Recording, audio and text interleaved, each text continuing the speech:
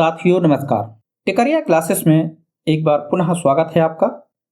आज के वीडियो में एसएससी जीडी 2026 में होने वाली परीक्षा का ये हिंदी का प्रैक्टिस सेट 9वां है।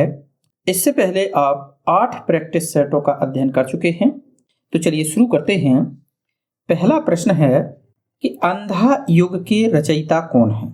ऑप्शन है ए धर्मवीर भारती, बी दिनकर, सी आगे, डी राजेंद्र यादव।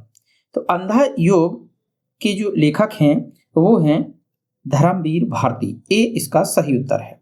अगला प्रश्न है कि निम्नलिखित शब्द का कौन सा रूप वर्तनी की दृष्टि से शुद्ध है। यहाँ पर 4 शब्द दिए हुए हैं, इनमें सही शब्द कौन सा है। क्या परमात्मा ऐसा लिखा जाता है, परमात्मा, बी सी में परमात्मा, या डी परमात्मा। तो इसका जो सही उत्तर है वो है बी परमात्मा।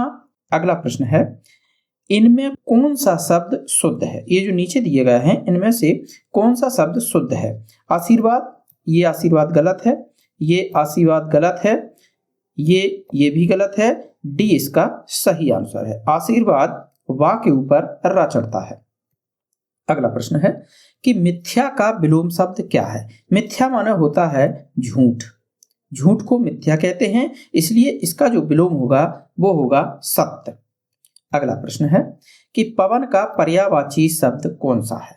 पवन का अर्थ होता है हवा, और हवा का समीर होता है पर्यायवाची शब्द। हवा के अन्य पर्यायवाची शब्द हैं वायु, मलय,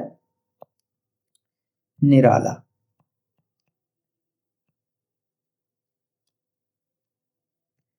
ये पवन के यानी कि हवा के पर्यायवाची शब्द होते हैं।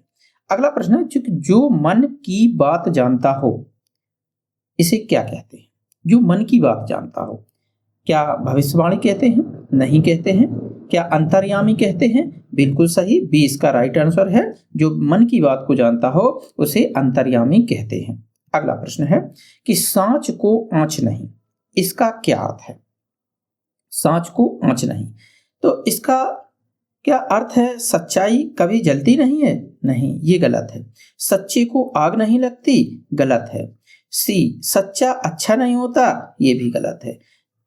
डी ऑप्शन राइट ऑप्शन है कि सच्चे को डरने की आवश्यकता नहीं होती, यानी कि जो सच होता है उसे भयभीत होने की आवश्यकता नहीं होती है। अगला प्रश्न है कि व्याख्यान में कौन सी संधि है। व्याख्यान में कौन सी संधि है। तो व्याख्यान में जो संधि है वो है यण संधि। अगला प्रश्न है हिमांशु शब्द का संधि विच्छेद कीजिए।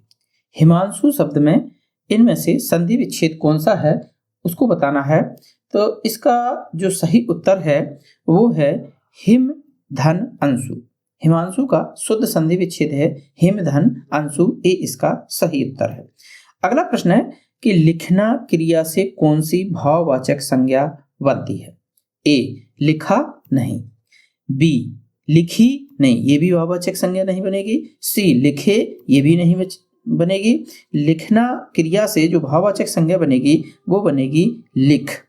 डी इसका सही उत्तर है। अगला प्रश्न है कि पराधीन शब्द में कौन सा उपसर्ग लगा हुआ है। पराधीन शब्द में कौन सा उपसर्ग लगा हुआ है। तो पराधीन शब्द में पर उपसर्ग लगा हुआ है, जिसका जो यदि हम अलग अलग करें पर धन अधीन, ये बना पराधीन। तो इसमें पर उपसर्ग लगा है, यानी कि सी इसका राइट आंसर है। अगला प्रश्न है कि वृक्ष से पत्ता गिरता है, वाक्य में कौन सा कारक है। तो जब भी कोई चीज किसी से पृथक होती है यानी कि अलग होती है तो वहां पर अपादान कारक होता है। तो वृक्ष से पत्ता अलग हो रहा है, इसलिए यहाँ पर सी ऑप्शन यानी कि अपादान सही उत्तर है। अगला प्रश्न है कि रूस की राष्ट्रभाषा क्या है। तो रूस की राष्ट्रभाषा रूसी है, और जैसे कि अपने देश भारत की राष्ट्रभाषा हिंदी है। चलिए अगला प्रश्न है कि प्रतिष्ठित शब्द में उपसर्ग कौन सा है।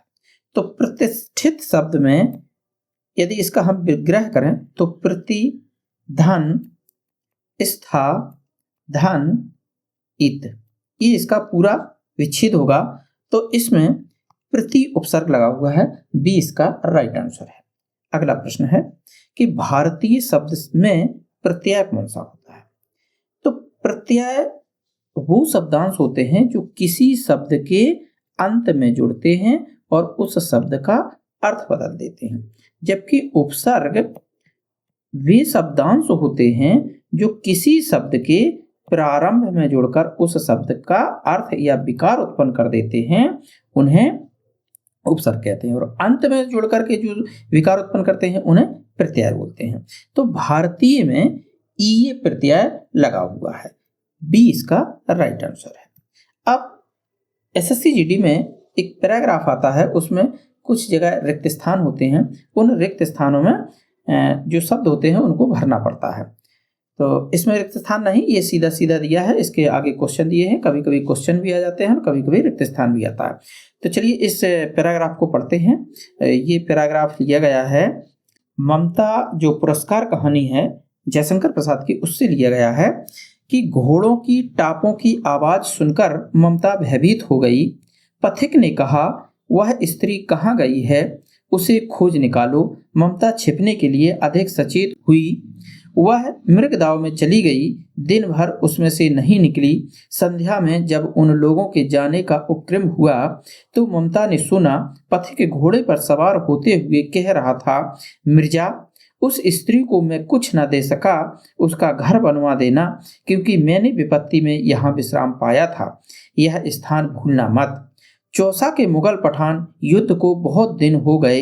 ममता अब 70 वर्ष की वृद्धा है। वह अपनी झोपड़ी में एक दिन पड़ी थी। उसका जीर्ण कंकाल खांसी से गूंज रहा था।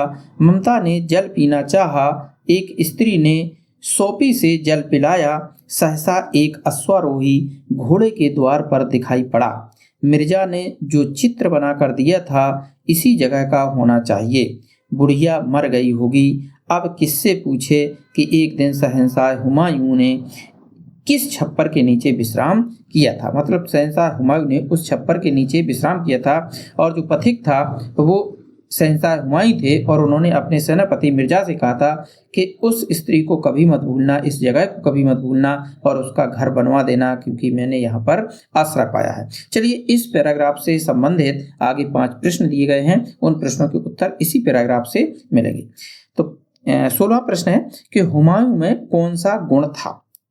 हुमायूं में कृतज्ञता थी, न्यायप्रियता थी, कृपणता थी या विश्वसनीयता थी? तो हुमायूं में जो प्रमुख गुण था वो कृतज्ञता का गुण था। ये इसका राइट आंसर है। अगला प्रश्न है कि ममता दिन भर बाहर क्यों नहीं निकली? उसका घर नहीं था, बी वह डरी हुई थी, सी शरीर में शक्ति नहीं थी, डी घायल थी। तो बी इसका सही उत्तर है, ममता डरी हुई थी, क्योंकि यहाँ पर देखो लिखा हुआ है कि ममता भयभीत हो गई थी। भयभीत होना मतलब डरना।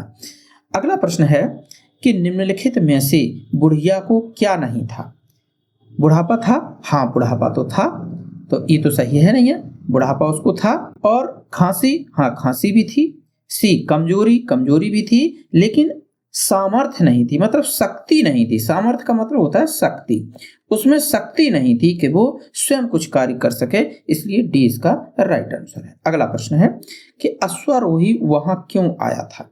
ऑप्शन है ए बुढ़िया को ढूंढने के लिए, बी मिर्जा की तलाश में, सी बुढ़िया के छप्पर को ढूंढने, डी वहां विश्राम करने। तो इसका सही उत्तर है सी बुढ़िया के छप्पर को ढूंढने। जिस छप्पर के नीचे शहंशाह हुमायूं ने आश्रय लिया था उसी जगह पर वो वहां पर एक घर बनवाना चाहता था, इसलिए वो बुढ़िया के छप्पर को ढूंढने आया था।